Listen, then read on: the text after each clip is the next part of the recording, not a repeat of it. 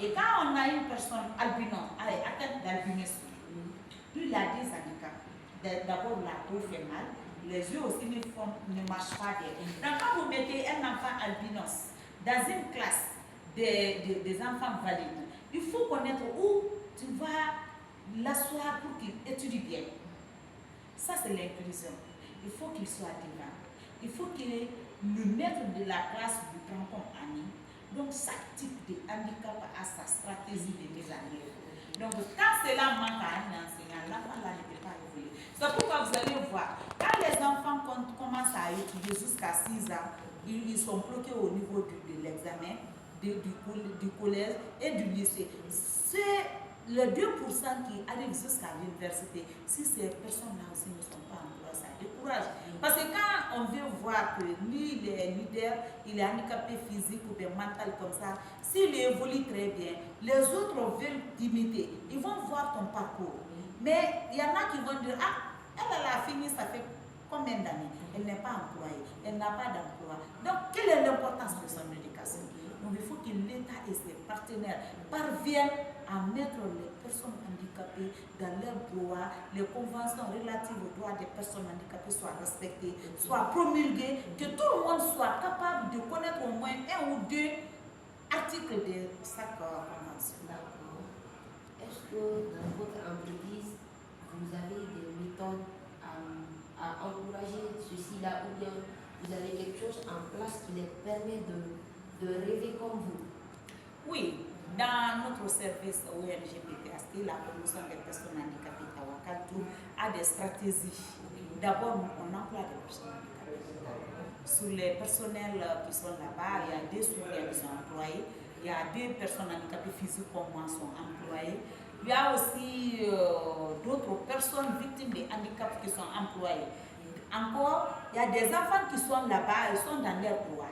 Par exemple, quand on prend les enfants handicapés physiques qui sont mélangés avec d'autres enfants, nous savons comment parvenir à dire à leur maître, c'est comme ça que tu dois t'entretenir. Parce que j'ai étudié là les mêmes conditions. Donc les conditions qui m'ont manqué à l'école, je dois pouvoir de mettre ça en place pour que d'autres enfants handicapés ne soient pas victimes des conditions que j'ai reçues.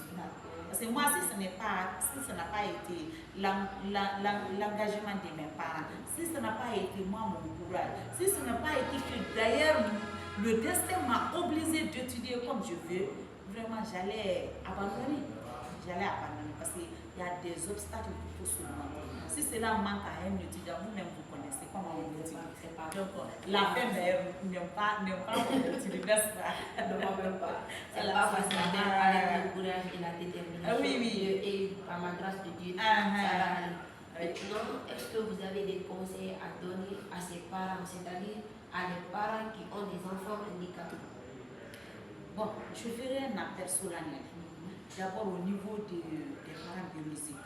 Vous savez, madame, même si l'enfant qui n'a pas de problème, s'il est bien entretenu, tout le monde a envie de le prendre. Étant bébé. Donc ça, c'est un enfant normal.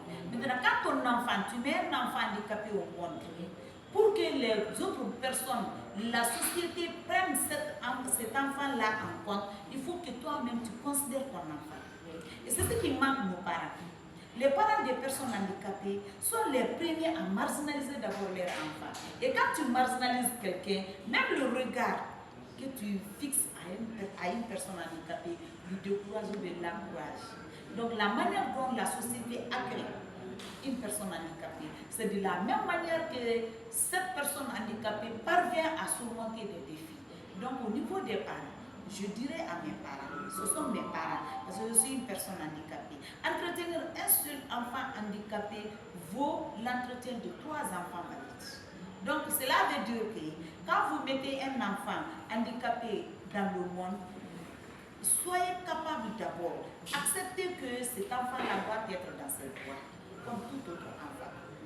Quand les droits sont respectés, vraiment, ces enfants-là aussi peuvent produire comme vous voulez. Mais pour la première fois, c'est un grand sacrifice. Donc, acceptez les enfants. Vous ne connaissez pas pourquoi Dieu vous a donné cet enfant. Vouloir entretenir cet enfant aussi, vous pouvez avoir d'autres choses.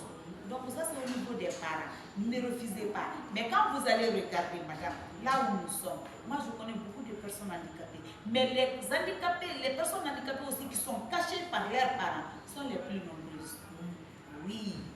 Et qu'est-ce qui est plus marrant que ça? C'est ces enfants-là qui subviennent à travers la mendicité dans la ville, qui subviennent aux besoins de la famille. Et ça, c'est l'exploitation de l'enfant. Même un enfant qui n'est pas handicapé, on ne doit pas accepter que les enfants soient exploités pour nourrir la famille. Donc, c'est ça. Donc, si vous voyez que moi, je suis là aujourd'hui, c'est parce que mes parents m'ont accepté, c'est parce que la société m'a accepté, c'est parce que tout ce que